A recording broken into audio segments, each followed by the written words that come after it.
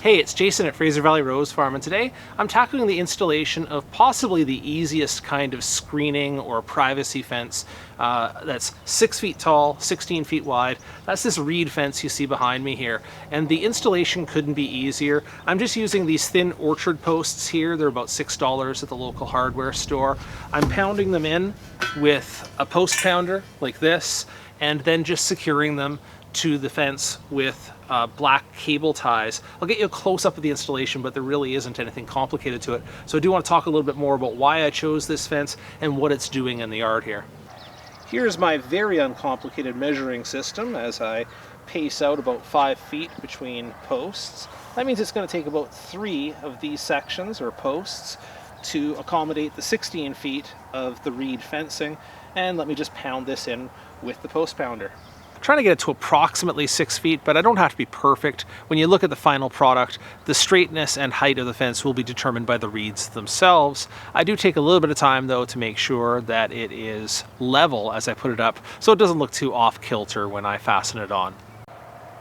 Here are the 2 sections of fence that I've already installed, and of course you saw me pounding in the next 3 posts, or at least one of them.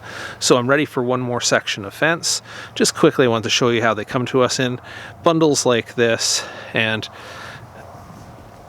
you can see that it says here that it's 6 foot high by 16 foot length, which is about accurate. So I shimmy and shuffle it into place until it overlaps with the existing panel over here, and then I have to secure it with cable ties.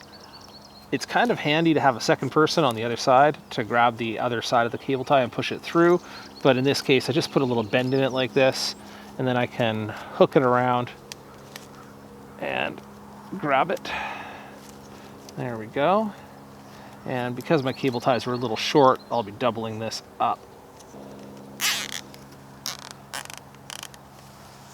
There you go. So I got a cable tie on this side, and now I've got a cable tie on this side here.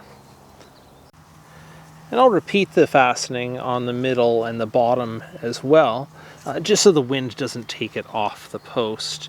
One other thing I will say is that I specified using black cable ties. That's really just about UV resistance. If you use any cable ties outdoors, the clear or the white ones tend to degrade or get brittle super fast. So you use the black ones and they last a little bit longer.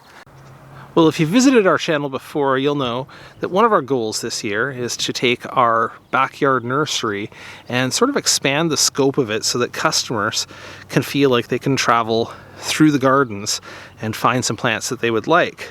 Well, one of the things that deters people a little bit, and this is what we found in the past, is that having the house there makes them feel like they're intruding on a private area, and people are generally very polite about that sort of thing.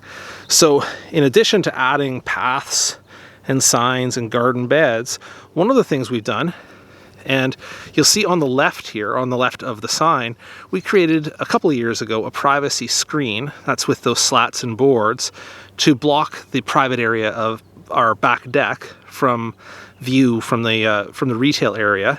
And now with the sign here, this new screen should give people the idea, in conjunction with the arrow there, which is pretty obvious, that the gardens continue on this way. So we've created this curved, what we call the S-shaped garden, and the reed screen will serve to define the back edge of that, so that it just makes it a very cohesive kind of a message to start walking to the right and follow the path over this way.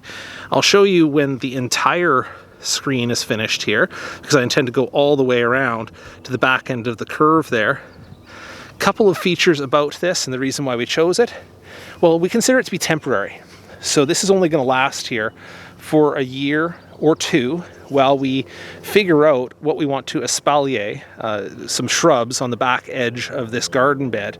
So that's what's eventually going to go there, but this sort of does it for now. So as a temporary screen, what did we want? We wanted cheap, and this kind of does it. There's nothing else really that you could do 16 feet of screen for what was really about $30 worth of fencing, and I guess you need 4 posts. We had some on hand, but those are about $6 a piece, so you do the math. It really isn't a lot to get a fair amount of screen up. Likewise, as I say, because it's not going to be a permanent thing, we don't have to worry about the durability quite so much. We may take it down in the winter, see if we get a second season out of it, but the winter wind would do away with this thing. So pros and cons. Pros, it's cheap, it sort of serves our purposes. Cons, it kind of has that Gilligan's Island look to it, but overall, with ornamental grasses in this garden bed and a little bit of lavender on the front, I think it will fit in just fine. All right, that's the whole thing installed. I'll get you some walk around footage here so you can see the front and back of it and how it really does a nice job, in my view, of defining the whole back edge of this bed. Just in case you're wondering, over my right shoulder here, on the ground in the background, you're going to see the plants that will eventually make up the majority of the plantings here. There's a pink muhly grass and a red flowering pennisetum. That's it for this project. If you have any questions about this project or any of my videos, please drop those into the comments of the video. I'll see what I can do to help. Thanks for watching.